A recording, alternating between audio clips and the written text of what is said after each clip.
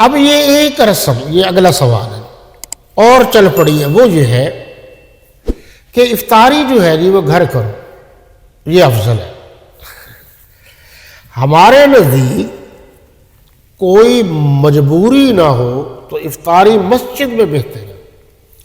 مسجد میں عبادت بھی بہتر ہے، نماز بھی بہتر ہے، اور اس کی اصل وجہ یہ ہے کہ جو کوئی ادھر ادھر کے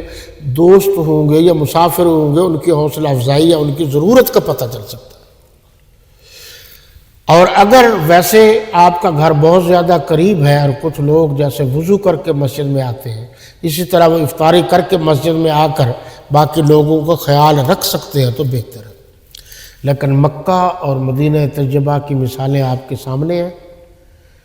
تو وہاں مسجد میں ہی